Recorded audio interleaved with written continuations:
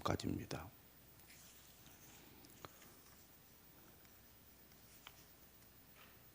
(17장) 이하의 말씀은 사사기의 결론 부분인데 크게 두 부분으로 나누어집니다. 17장부터 18장까지가 첫 번째 이야기라면 19장부터 21장이 두 번째 이야기죠. 마지막 결론 부분의 주제는 자기 소견에 옳은 대로 살았던 당시 이스라엘 사람들의 삶의 행태에 대해서, 그리고 그 결과 빚어지는 비극들에 대해서 다루고 있습니다. 장마다 그 주제를 언급을 하고 있죠. 17장에서도 그때에는 이스라엘에 왕이 없었으므로 사람마다 자기 소견에 옳은 대로 행하였더라. 17장에 나오고 또 마지막 21장에 나옵니다. 18장 1절에도 그때에 이스라엘에 왕이 없었고 라는 문장으로 시작이 되고 있고, 19장도 1절에 이스라엘에 왕이 없을 그때라는 말씀으로 시작을 하고 있습니다. 마지막 결론의 두 이야기의 중심에는 레위인이 등장을 합니다. 그리고 오늘 우리가 읽은 이 19장 이하의 말씀을 보면 여기에 등장하는 인물들의 이름이 소개가 되고 있지 않습니다. 어떤 레위 사람 이렇게 소개가 되고, 또 그의 장인, 첩, 또 오늘 본문에도 어떤 한 노인이 등장을 하면서 전혀 이름이 언급되고 있지 않는 것이 특징이라고 하겠습니다. 어떻게 보면 한 개인으로부터 시작된 문제이지만 이러한 사람들의 문제가 단순히 어떤 한 개인의 문제라기보다는 이스라엘 백성들 전체에 만연되어 있는 모습이다, 이렇게 이해할 수도 있겠습니다. 왕이 없다는 것은 곧 기준이 없다는 것이고 질서가 없다는 것이죠. 각자가 다 자기가 옳다고 생각되는 대로 살다 보니까 하나님의 말씀에서 너무나 벗어나 있게 되고, 그것이 삶의 여러 가지 모습에서 그대로 드러나고 있다는 것이죠. 믿음으로 산다는 것은 하나님의 말씀이 우리의 삶의 기준이 되고 원칙이 되는 것이고, 내 뜻대로 내 생각대로 내가 옳다고 여기는 대로 사는 것이 아니라 하나님께서 옳다고 하시는 대로, 다시 말하면 하나님께서 말씀하시는 대로 사는 것을 의미하는 것입니다. 그러므로 우리는 은혜를 받을수록, 믿음이 커갈수록 하나님의 말씀의 뜻이 무엇인지를 늘 분별하고 깊이 생각하여 살아야 할 것입니다. 19장 이하의 말씀을 지금 다루고 있는데 이야기를 너무나 짧게 쪼개서 본문을 다루고 있습니다. 매일 성경이. 그러다 보니까 이야기가 좀 전개가 늦어지고 있는데요. 어제는 첩의 집에 찾아가서 장인과 5일 동안 먹고 마시며 지내는 바람에 빨리 자기 집으로 돌아가지 못하는 이야기가 나옵니다. 결국 늦게 해가 질 무렵에 장인의 요구를 뿌리치고 길을 떠나게 되죠. 레위인은 자신의 본분, 자신이 누구인지에 대한 분명한 어떤 사명감이나 삶의 목적이나 믿음이나 이런 것들을 찾아볼 수가 없습니다. 그저 편한 현실, 내 안주해서 먹고 마시고 즐기는 것이 어떻게 보면 그의 삶의 중심인 것처럼 보이는 그런 레위 사람입니다. 어제 말씀 끝에 지나친 환대에 이제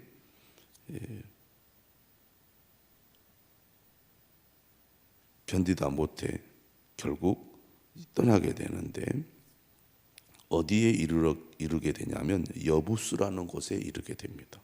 여부스는 곧 예루살렘이라 어제 말씀에 그렇게 끝이 나는데 여부스 족속이 거주하는 곳이라는 거죠. 이것을 나중에 다윗 왕이 차지하고 이름을 예루살렘으로 바꾸지 않습니까? 오늘 본문 11절에 보니까 그들이 여부스에 가까이 갔을 때 해가 지려 하는지라. 아침 일찍 출발해서 그 지역을 지나갔더라면 끔찍한 비극이 발생하지 않았을 텐데 뒤로 미루다가 늦게 출발했기 때문에 여부수 가까이 이르렀을 때 해가 지게 되었고 그것이 비극의 발단이 되었다는 것을 암시하는 구절이라고 하겠습니다. 종은 레위인의 종이고 주인은 레위인을 가리키죠. 종이 주인에게 말합니다. 청하건대 우리가 돌이켜 여부수 사람의 이 성읍에 들어가서 유숙하십시다. 나그네에게 그들이 사는 동네가 아니라는 것은 매우 위험하다는 것을 의미합니다. 왕이 없기 때문에 더더욱 불안하고 위험할 수밖에 없겠죠. 그래서 가까운 여부수에 들어가서 잠을 자야 되겠습니다 라고 요청을 했을 때 레위인이 뭐라고 얘기합니까? 우리가 돌이켜 이스라엘 자손에게 속하지 아니한 이방 사람의 성읍으로 들어갈 것이 아니니. 왕이 없던 시대, 질서가 없고 또 법이 없고 치안이 불안한 그런 시대에 아무래도 이방인이 사는 마을은 불안하다는 거죠. 그러니 그래도 이왕이면 같은 동족이 사는 성읍으로 들어가는 것이 낫지 않겠느냐라는 것이 레위인의 생각이었습니다. 그래서 기브아로 가자. 기브아. 거기는 누가 삽니까? 뒤에 보니까 베냐민 지파가 사는 곳이거든요. 이왕이면 우리 동족이 낫지 이방인보다는, 그런 생각이죠. 우리가 기브아나 라마 중 한 곳에 가서 거기서 유숙하자. 그렇게 얘기를 했고 결국 베냐민에 속한 기브아에 가까이 이르렀을 때 해가 졌습니다. 이제 어둑어둑해진 거죠. 날씨는 차가워지고 앞은 보이지 않고 또 어떤 위험에 처할지 모르기 때문에 이제 기브아로 들어가게 된 겁니다. 그래서 성읍 넓은 거리에 앉아 있었습니다. 당시에 문화, 특히 이제 이런 중동 지역 또 유목민들의 기본적인 문화는 나그네를 환대하는 문화가 있었습니다. 밤에 위험에 처하면 생명을 잃을 수도 있고 모든 재산을 뺏길 수도 있잖아요. 그렇기 때문에 누구나 나그네가 오면은 맞이하고 또 대접을 하고 환대를 했습니다. 누구나 그런 입장에 처하면 똑같은 위험을 당할 수 있기 때문이죠. 그리고 구약 성경은 나그네를 섬기고 보호해야 된다는 분명한 하나님의 말씀이 있습니다. 다시 말하면 지금 오늘 본문은 무슨 얘기를 하느냐? 말씀을 따라 사는 하나님의 백성이라면 당연히 나그네를 환대하고 나그네를 잘 대접해야 되는 것이 하나님의 뜻이고 명령이거든요. 그런데 지금은 어떤 시대입니까? 모두가 자기 소견에 옳은 대로 사는 시대예요. 하나님이 그들의 왕이 아니고 그들의 삶의 기준이 아니에요. 다 각자 자기 멋대로 사는 시대거든요. 그러니까 지금 이 기브아라는 성읍, 베냐민 동족이 사는 성읍에 들어갔는데 그 성읍 넓은 거리에 앉아 있어도 아무도 외지인을 환대하는 사람이 없었다는 얘기입니다.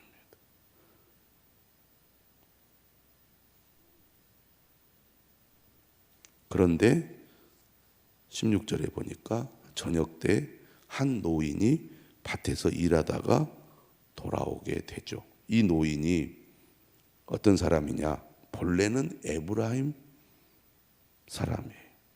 그런데 지금은 기브아에 살고 있습니다.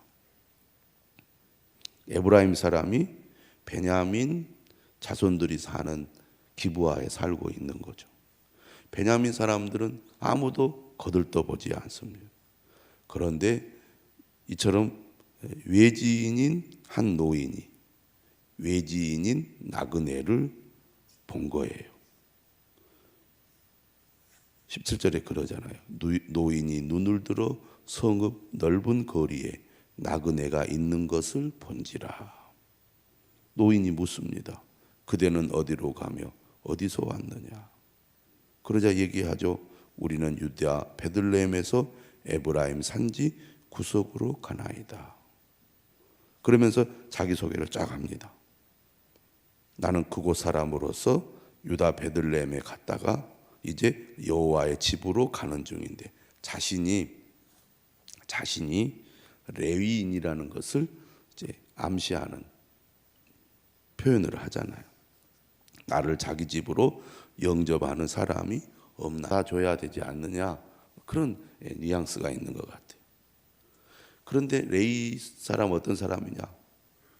그는 하나님께서 그에게 맡겨주신 직분에 관심이 없는 사람이에요. 우리가 말씀을 보면. 그런데 이 레위인이 이 지역 사람들로부터도 무관심의 대상이 되고 있다는 겁니다. 자기 소견에 옳은 대로 사는 시대의 사람들은 거룩한 하나님의 직분을 감당하는 사람이나 하나님의 말씀을 따라 살아가야 할 백성들이나 똑같이 하나님의 말씀에 무관심하고 하나님의 말씀을 따르려는 의지가 전혀 없고 자기 좋을 대로 자기 생각에 옳은 대로 어떻게 보면 매우 이기적인 삶을 살아가고 있다는 겁니다. 그래서 곤란에 처해 있고 위험에 처해 있는 나그네에 대해서 아무도 관심을 기울여 주지 않은데 오직 외지인이 관심을 보이고 있는 거죠. 예를 들면 우리나라에 외국인 노동자들이 와서 삽니다. 왠지 좀 꺼림직하고 저 사람들이 우리에게 해를 끼치지 않을까라는 그런 불편한 시선을 가지고 바라보지요. 근데 어려움에 처했는데 아무도 관심을 가져주지 않아요. 저 사람 도왔다가 내가 더 어려움에 처하면 어떡하지? 불편해지면 어떡하지? 그들에 대한 소문도 별로 좋지 않은데 그래서 내국인들은 아무도 관심 가지지 않는데 다른 외국인이 그 사람이 어려움에 처했을 때 관심을 가지고 또 돕는 그런 일을 하는 그런 형국이라고 할 수 있겠죠. 그리스도인의 정신으로 어려움에 처한 사람들을 긍휼히 여기고 정말 도움이 필요할 때 도움을 주는 사랑의 실천이 필요한데, 지금 오늘 본문에 등장하는 베냐민 지파 사람들이나 또 레위인이나 똑같이 하나님의 말씀과는 거리가 먼 그런 모습들을 보이고 있습니다. 그런데 이 에브라임 사람, 베냐민 지파가 사는 기브아에 살고 있는 에브라임 사람인 한 노인이 이 사람을 불쌍히 여긴 거죠. 그래서 19절에 뭐라고 얘기하느냐면, 이건 이제 레위인이 하는 얘기입니다. 우리에게는 나귀들에게 먹일 집과 여물이 있고 나와 당신의 여종과, 당신의 여종은 첩을 얘기하는 겁니다. 당신의 종인 우리들과 함께한 청년에게 먹을 양식과 포도주가 있어. 당신의 종인 우리들과 함께한 한 청년은 종을 가리키는 것 같습니다. 먹을 양식과 포도주가 있어 무엇이든지 부족함이 없나이다. 레위인은 상당히 풍족한 사람이에요. 부족한 것이 없어. 그런데 오히려 이렇게 무엇인가를 많이 가지고 있기 때문에 더 위험한 거죠. 강도나 불량배들을 만나면 모든 것들을 빼앗길 수 있는 그런 사람인 거죠. 그렇기 때문에 밤에 어딘가에서 머무르면서 지새일 필요가 있는 겁니다. 그러니까 이 지금 레이는 어떤 생각이냐? 나는 부족한 것이 없는데 다만 잠잘 것이 없다는 거예요. 당신에게 피해를 줄 마음은 전혀 없다. 우리 스스로 우리의 문제를 해결할 수 있으니 다만 잠만 재워달라. 내가 바라는 것은 그거 하나뿐이다. 먹을 것을 달라고 하는 것이 아니다. 당신의 삶에 혹시 내가 피해를 주려는 마음이 전혀 없다, 그런 거겠죠. 그런데 노인은 뭐라고 얘기하느냐면, 그대는 안심하라. 히브리어는 샬롬이죠. 걱정하지 말라는 겁니다.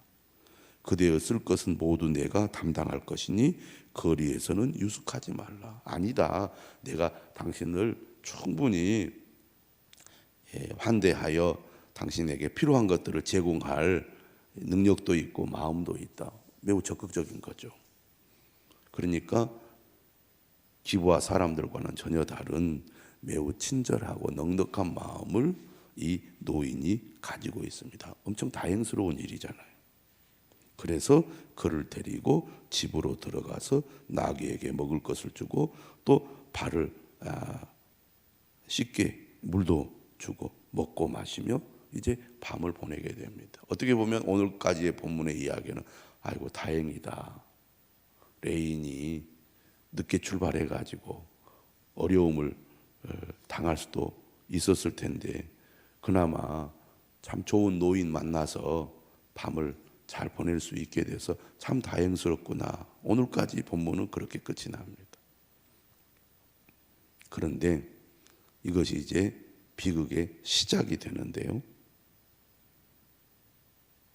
오늘 본문을 통해서 우리가 보게 되는 그 말씀의 결론은 당시 왕이 없는 시대, 자기 소견에 오른 대로 사는 시대의 이스라엘 백성들, 분명히 모세를 통하여 하나님의 율법을 받았고 하나님의 말씀대로 살아야 된다는 것을 그들이 조상들로부터 들어왔을 것임에도 불구하고 사사기 시대 사람들은 하나님의 말씀은 저리 다 땡겨 버려버리고 그냥 자기 옳은 대로 살다 보니까 항상 위험이 도사리고 문제가 도사리고 있다는 것을 보여주고 있습니다. 특별히 오늘 본문의 주제는 환대죠. 환대. 나그네를 환대하는 것이 하나님의 뜻인데, 하나님의 말씀인데 지금 이 기브아 사람들에게는 그런 환대의 마음과 정신이 전혀 없다는 겁니다. 그러니까 말씀이 없으면, 하나님의 말씀이 기준이 안 되면 삶의 구석구석에 문제들이 드러난다는 겁니다. 오늘 우리는 예배와 기도뿐만 아니라 일상생활에서 하나님의 말씀이 우리의 삶의 기준이 될 수 있도록 하나님의 말씀을 삶의 전반에 적용하여 빛과 소금의 역할을 하는 진정한 그리스도인이 되도록